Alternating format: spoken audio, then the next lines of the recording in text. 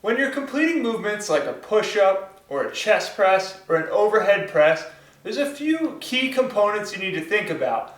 I'm going to be talking from a push-up perspective, but the keys apply to all of your pressing movements that you're going to find in your programming.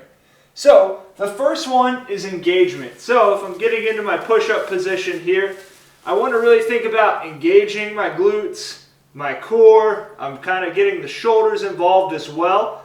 So if you're in an overhead press position, you might not be engaging your glutes, but you want to make sure your trunk is nice and stable. So from your shoulders down through your hips, you want to make sure everything's locked in a nice place.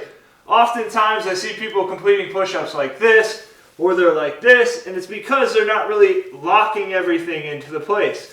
The same thing is going to apply for any sort of overhead press work you're doing. I don't want to see a major arch with your back as you're pressing.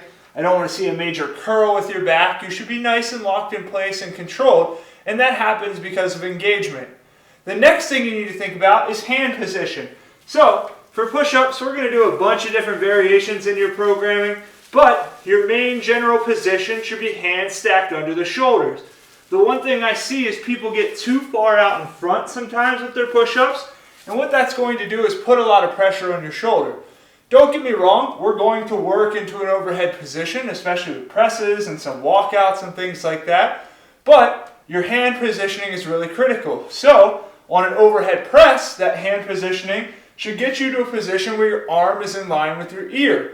If you're out too far in front, same concept as that push-up. Now we're putting a lot of pressure on the shoulder, and then things are a little bit unhappy, okay?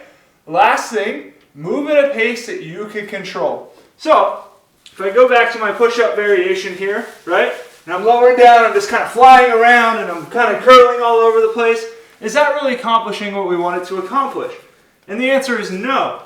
I want a nice, steady, rhythmic pace that you can control and maintain proper form. If you're unable to maintain proper form, you either need to go to a different variation like kneeling or an elevated position on a bench, or you need to slow your pace so that you can maintain that form. Because yes, speed is nice, but speed without form is not what we're looking to accomplish. So apply those three principles to your pushing variations in this program.